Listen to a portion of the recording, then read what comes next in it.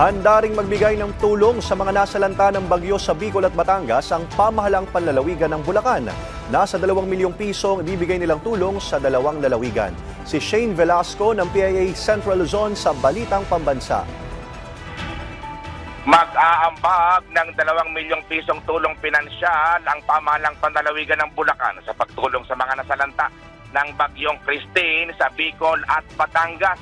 Sa agarang pulong ng Provincial Disaster Risk Reduction Management Council na ipinatawag ni Gobernador Daniel Fernando, ipinasa ang 3 resolusyon na naglalaan ng halagang 2 milyong piso mula sa 2024 Local Disaster Risk Reduction and Management Fund o LDRRMF, partikular sa rehiyon ng Bicol.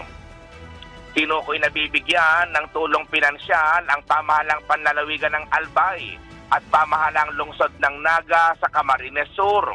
Sa loob ng nasabing halaga, ayon kay PDRRMO Head Manuel Lucpan, may halagang 1 milyong piso ang ipagkakalob ng pamahalang panlalawigan ng Bulacan sa pamahalang panlalawigan ng Albay. Matatandaan na pinakanasalanta ng bagyong Christine ang mga bayan ng Libon, Pulangi, Oas, Ginobatan, Obelar, Piuduran at Angtiwi. Habang may halagang 500,000 piso naman ang matatanggap ng pamahalang lungsod ng Naga mula sa pamahalaang panlalawigan ng Bulacan.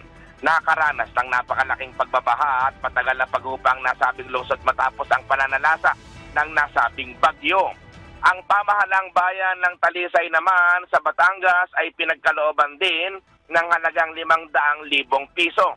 Dumanas ang lugar na ito ng malawakang pagbabaha na sinabayan ng malalaking landslide kung saan 20 ang namatay sa nasabing bayan na bahagi ng nasa 59 sa kabuuan ng Batangas. Abot sa 311 na mga pamilya o 1,457 na mga individual ang inilika sa nasabing lalawigan. Nakapailalim na sa state of calamity ang buong lalawigan ng Batangas. Mula sa Philippine Information Agency Gitnang Luzon, Shane Velasco para sa Balitang Pambansa. Maraming salamat, Shane Velasco.